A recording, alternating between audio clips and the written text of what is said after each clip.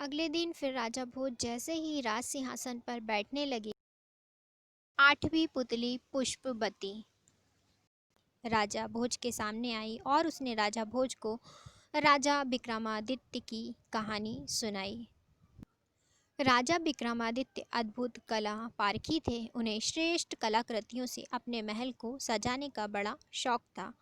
वे कलाकृतियों का मूल्य आंक कर बेचने वाले को मुंह मांगा दाम देते थे। एक दिन वे अपने राज दरबारियों के बीच बैठे थे कि किसी ने खबर दी कि एक आदमी काठ का घोड़ा बेचना चाहता है। राजा ने देखना चाहा कि उस काठ के घोड़े की विशेषता क्या है। नौकर के साथ वह आदमी दरबार में आया। अपने साथ वह एक ऐसा काठ का घोड़ा लाया जिसकी कारीगरी देखते ही बनती थी, एकदम जीवित मालूम पड़ता था। बहुत गौर से देखने पर ही पता चलता था कि लकड़ी का है। विक्रम ने उस आदमी से घोड़े की विशेषताओं के बारे में पूछा। उस आदमी ने जवाब दिया कि वह घोड़ा अति तीव्र गति से जल, थल और आकाश तीनों में विचरण कर सकता है। उसके दाम के बारे में पूछने पर उस व्यक्ति ने बताया कि यह उसकी जीवन भर की मेहनत का फल है, इसलिए वह 1 लाख स्वर्ण मुद्राओं से कम में उसे नहीं बेचेगा। राजा को उसकी बात जच गई और 1 लाख स्वर्ण मुद्राएं देकर उन्होंने वह घोड़ा खरीद लिया।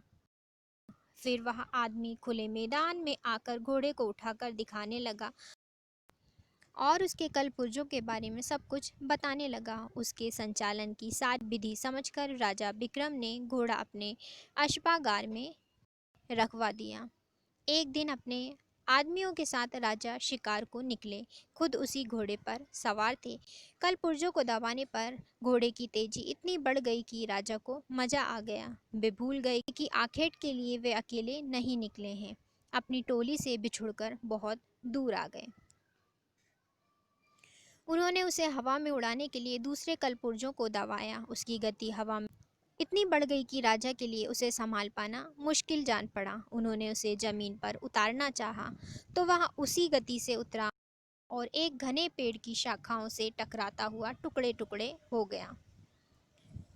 अब उस निर्जन और अनजान जगह पर राजा अकेले थे। वे इधर उधर भटक रहे थे, तभी सामने एक बंदरिया कूदी और अपने हाव भाव से कुछ बताने की कोशिश करने लगी। राजा कुछ समझ पाते तब तक उनकी नज़र एक कुटिया पर पड़ी। राजा को भूख लगी थी और वे थके भी थे। उन्होंने वृक्षों पर लगे फल तोड़े और अपनी भूख मिटाई और एक वृक्ष पर चढ़कर लेट गए। वे विश्राम कर ही रहे थे कि एक सन्यासी आया और बंदरिया को इशारा करके अपने साथ कुटिया में रखे 2 घड़ों के बीच में बंदरिया को बैठने को कहा। उसके बाद उसने एक घड़े से चुल्लू भर पानी लेकर बंदरिया के ऊपर छींटे मारे। बंदरिया एक अत्यंत रूपवती राजकुमारी बन गई। उसने सन्यासी के लिए भोजन पकाया और जब सन्यासी खा चुका तब सन्यासी के हाथ पैर दबाए और सन्यासी आराम से सो गया। जब सुबह हुई तो सन्यासी ने दूसरे घड़े से चुल्लू भर पानी लेकर राजकुमारी पर छींटे मारे। राजकुमारी फिर से बंदरिया बन गई। उसे लेकर सन्यासी कुटिया से बाहर आया और उसे वन में आज़ाद घूमने के लिए छोड़कर वहीं चला गया। उसके जाने के बाद बंदरिया को लेकर विक्रम कुटिया में आए और घड़े से पानी लेकर बंदरिया पर छींटे डाल दिए। बंदरिया फिर से अत्यंत रूपवती राजकुमारी बन गई। राजकुमारी बनते ही उसने राजा को बताया कि वह कामदेव तथा एक अप्सरा की संतान है। उसने अपनी आप बीती राजा विक्रम को बताई। एक बार उसने शिकार खेलते हुए बाण को मृग की ओर निशाना लगाकर छोड़ा। वह बाण मृग को नहीं लगकर एक साधु की बाह में भेद गया। दर्द से कराहते हुए उस साधु ने उसे श्राप दिया कि बंदरिया बनकर मुझे साधु की सेवा करनी पड़ेगी। जब मैं रोई गिड़गिड़ाई कि यह सब अनजाने में हुआ तो उसने पसीजकर श्राप से मुक्ति का रास्ता बताया। उन्होंने कहा कि राजा विक्रमादित्य आकर तुम्हें श्राप से मुक्ति दिलाएंगे और तुम्हारा पत्नी के रूप में वर्ण करेंगे अगर वह साधु तुम्हें कोई चीज़ उपहार स्वरूप देगा। मैं आपको देखते ही पहचान गई थी, आप ही राजा विक्रमादित्य हैं। अब साधु के लौटने पर मैं उनसे उपहार मांगूंगी और आप मेरा पत्नी के रूप में वर्ण करेंगे। विक्रम ने फिर पानी के छींटे डालकर उसे बंदरिया बना दिया। साधु आया और उसने बंदरिया से उसे राजकुमारी में बदल दिया। राजकुमारी ने उससे कोई उपहार देने को कहा। साधु ने हवा में हाथ लहराया तो उसके हाथ में खिला हुआ कमल आ गया।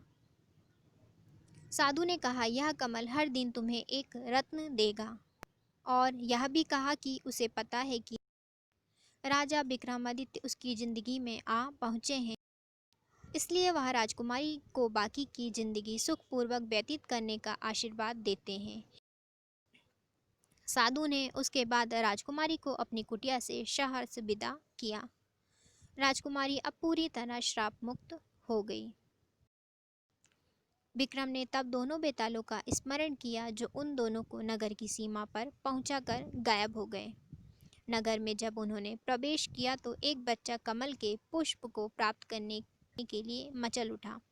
विक्रम ने वह कमल का फूल बच्चे को तुरंत देकर संतुष्ट किया। फिर महल पहुंचकर राजकाज देखने लगे। कुछ दिनों बाद उनके पास एक गरीब आदमी को पकड़कर लाया गया।